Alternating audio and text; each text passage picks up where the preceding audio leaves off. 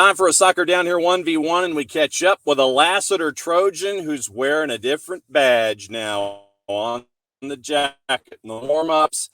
It's time to catch up with, all right, so Hal, let me see if I've got all this right. Lassiter Trojan, Concorde Fire, Clemson, Indy 11, now Washington Spirit. Did I miss anything? Nope, you're about right. The past couple of years have been kind of all over the place, but I'm really excited to be here now. So what has it been like? I guess this is the summer camp question, even though it's not summer. What's it been like for you there in camp, getting ready for what's going on there in the NWSL? What's it been like for you? It's been really cool. First of all, just meeting everybody. I mean, these are people that I kind of like watched coming into this whole process, like their games and everything. And it's so cool that I get to like play next to them now. I've definitely been able to learn a lot under our staff and players that are a little more experienced than I am. So it's been really awesome. Hal Hershfelt hanging out with us for a Soccer Down Here 1v1 as she is now taking her steps in the NWSL. Let me go back to draft night. Yes. And was it like what we see on television, like, with the NFL? Are you sitting at a table? Is it folks with cell phones? Is it texting? Conversations with the other draftees? What was it like in the green room? And did you have a feeling that you'd be going around number 5? So I actually watched it at home. So I was there with my family because I kind of wanted to experience that moment with them. My family came up from Mississippi and we were all in Atlanta to watch it. And it was literally, I got like a phone call, like the pick was in for the 5th pick, that trade happened. And then I was like, oh gosh, and I got a phone call. And I was like, oh, and they're like, would you want to live in DC? And I was like, absolutely I would. So, I mean, my family just erupted. It was definitely a great moment. It was crazy, but yeah. And then they call you up, I imagine you get all the different conversations. Who did you talk to? Who was it on the other end of the line when they're like, hey, would you want to come up to hang out in DC? Mike. So I got a call from Mike Bristol, but it wasn't actually him on the phone. I was so flustered that I don't know who it was actually. I was kind of freaking out in the moment, but it was, yeah.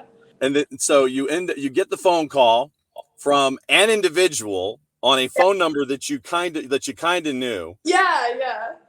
And then you find out you're number 5 overall. And one of the cool things I don't think a lot of folks may have realized, especially, outside of the Atlanta area, is that you and one of your fellow draft mates in the first round shared time at Concorde Fire, and now you're sharing time there at training camp with the Washington Spirit. What's that like?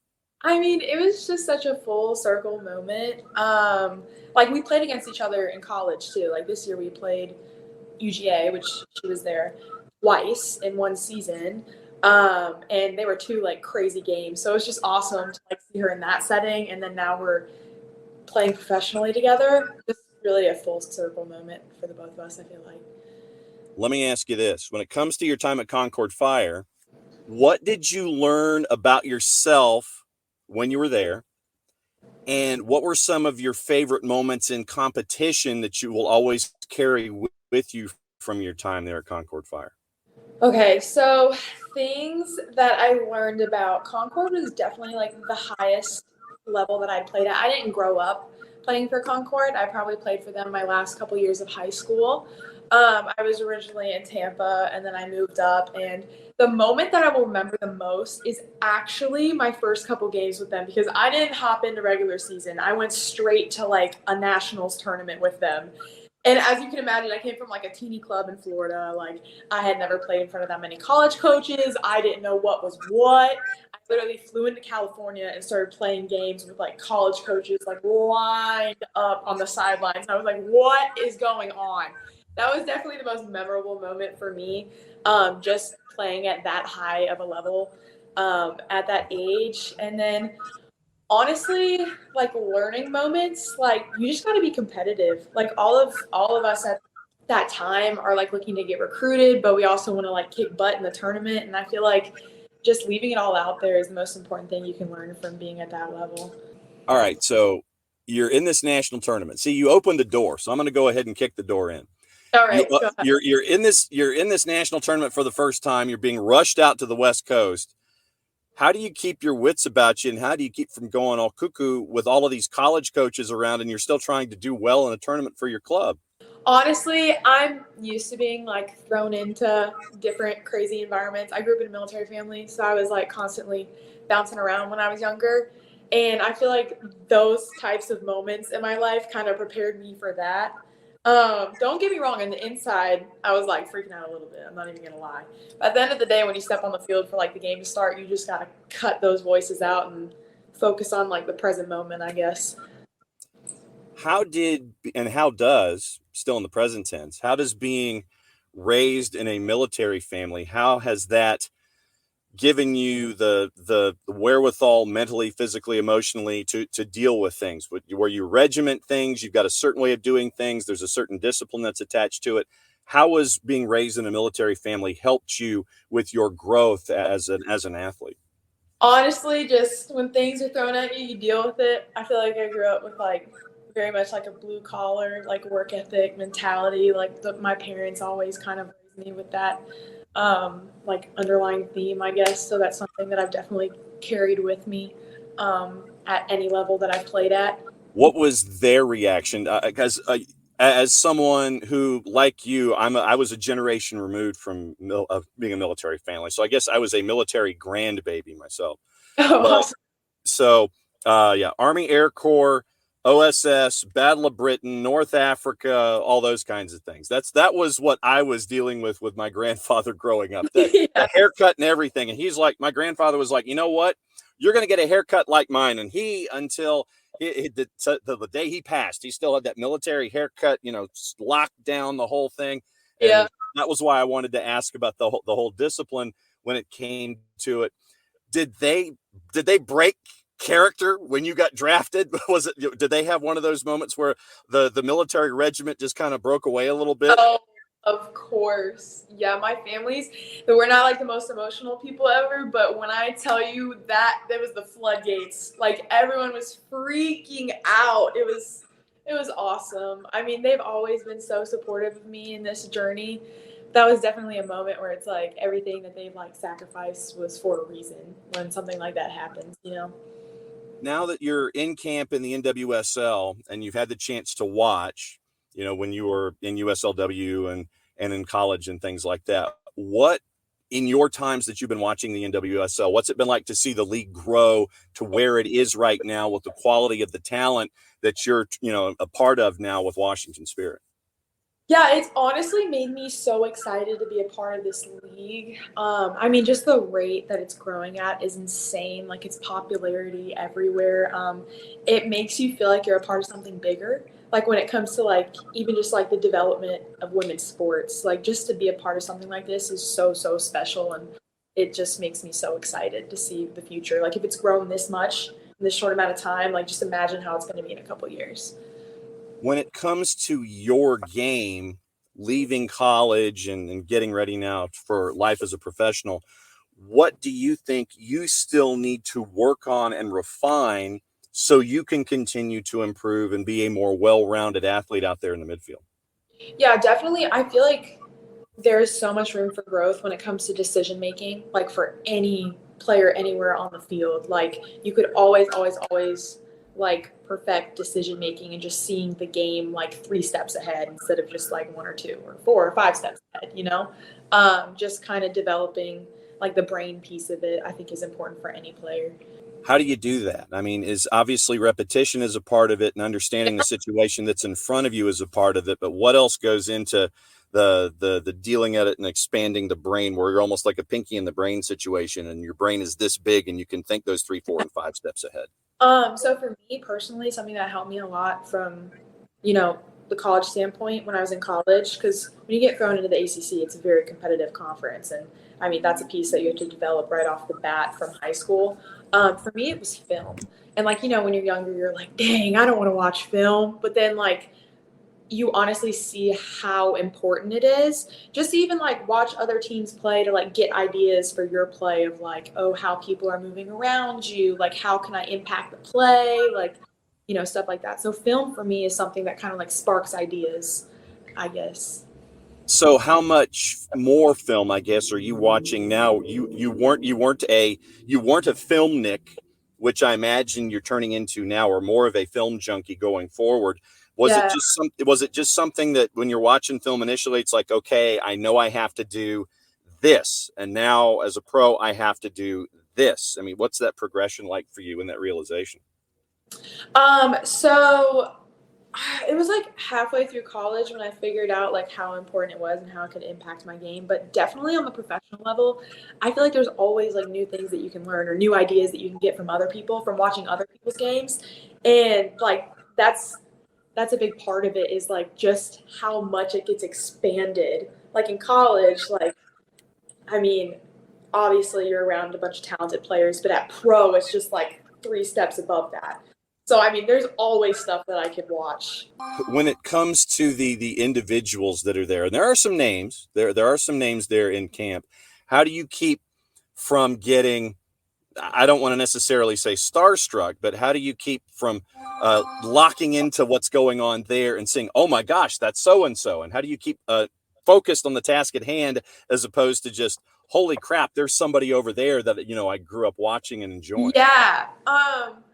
It's actually funny because like before I came here, that was definitely something that I was like kind of anxious about was like meeting these people that I had like watched um since I was younger. But then like it was so cool. We had like a team dinner as soon as we touched down and like moved into our apartments and everything. And like you just get to chatting with people and like everyone's so kind and so welcoming here. Like it just made it so much easier to kind of like acclimate to playing with them because of how cool and like chill everybody is. So yeah, I mean, that's been a pretty easy transition when it comes to like meeting those people because they're just also nice and like down to earth. When it comes to the timetable now, how much time is left in camp before everything really starts to amp up and kick off and getting ready for the regular season? What's the timetables now? Oh, okay. So we right now we're in like a 2 week period where we've been in DC, back at home, just training here, putting in the work, and then we turn around and we go to Florida actually this weekend, and we're there for another 2 weeks. And that's obviously, I mean, we're locked in here, but when you're like away at camp, like your whole life is soccer basically. So yeah, it'll be good. We'll be able to put in a few scrimmages, and yeah, I'm just really excited because I mean, like I said before, your whole life is soccer. When you go to those, and then of course we play in March, which I'm so excited about. I can't wait to kind of experience the first game and obviously seeing Audi for the first time. That'll be awesome. Does it seem like you're only about a month away from the beginning of a professional career? No, no, it does not. Like it still feels unreal. Yeah, I mean the draft happened what, like a little over a month ago. It still hasn't like hit me yet, I feel like. But I feel like when we have that first game at our field and like the fans are there and everything, like it'll just be like a surreal experience that I'll never forget. When it comes to your game, what for someone who might have heard about you at Clemson, might have heard about the title in USLW and is just getting that first chance. If they're a Washington Spirit fan and they haven't had the chance except to maybe look on YouTube and see clips of Hal Hershfelt, how would you describe your game to someone who hasn't spent every waking moment looking at your tape and your career and all those kinds of things? How would you describe you as an asset to what's going on in Washington? Um, definitely. I'm definitely a gritty player. I'm very defensive minded. I played the six in college, and then I've had my time in the back line every now and then. I'm definitely a ball winner, and I like to keep possession off of that. I don't like to just win it and clear it. I like to win it and then like create something off of that and set my teammates up for success. I feel like the dirty work pretty much is something that I end up doing. So, but I like it. I love my role. That's something that I want to continue to bring this team. When it comes to the walls in your room, we all had posters. We all had posters on our walls, or we had notebooks, of folks that we really admired, that kind of a thing. Who were the posters on your wall, or who were the cards or the magazine covers and things like that you had that you sat there growing up and it's like, yeah, I want to be like this individual when I turn into a professional soccer player? Everyone asks me this, and I have the same answer every time. Julie Ertz. I love her. She's just an engine in the midfield, and then she was a phenomenal center back too. And I think she's just a gritty player, and I love watching her play. Although she's not playing now. But that was someone that I was like, I idolized. But yeah. Well, and I can see the similarities because Julie Ertz, not afraid to mix it up, not afraid to get into a tackle, not afraid to be physical to knock folks off the ball. And, with you and your grittiness, I guess really the only parallel question I have is did you wear the ponytail and the headband and try to do the whole thing and try to look like her too when you started out? No, I did used to wear pre-wrap, but I don't anymore. I'm more of a bun girl. But yeah, love the pony too. She works it. All right, so let me ask you one more question, and thanks for hanging out. Yeah, of course. Do you consider yourself, even at the young age that you are when it comes to your professional career, because like I said, you've won a title in USLW with Indy 11, so you know what it means to win the last game of the year. Do you think of yourself, or have you thought of yourself, whether it was time at Clemson, whether it was time in Indy or time there in DC, have you ever thought of yourself, even at this young of an age, as being a role model for young girls? Yeah, that's something that I'm just, if we want to talk about Indy 11, this is like a moment that I'll never forget. I was at the ACC tournament. We were in the ACC finals for Clemson, and some of the girls that I coached at camp for an Indy 11 soccer camp all came to a game in North Carolina when they had a tournament there with little posters, with my number, my last name, and everything. And they were just they were so excited, and they were just so pumped about the game. They had a little sheet with all my team's names and stuff like that, and they were just rattling off my teammates' names, and I was like, this is so sick. This is why you do what you do. You know what I'm saying? Because you have these girls that are just so pumped about the game, and who knows, they can grow up and do the same thing that I'm doing, and it's just awesome to have an impact on them like that. But yeah, just that's a great part of all this, is just seeing the impact you have on younger generations and stuff. We are looking forward to seeing you continuing to make those impacts right now with Washington and the NWSL. You're at camp. Season starts before we know it, and we'll be keeping an eye on things. Hal, thanks for hanging out with us for an SDH 1v1. We'll be following. We'll be catching up with you soon. Thanks for hanging out with us. Be safe and enjoy the rest of camp as you get geared up for the season there in the NWSL. Thanks for hanging out with us here on SDH. Yes, sir. Thanks for having me.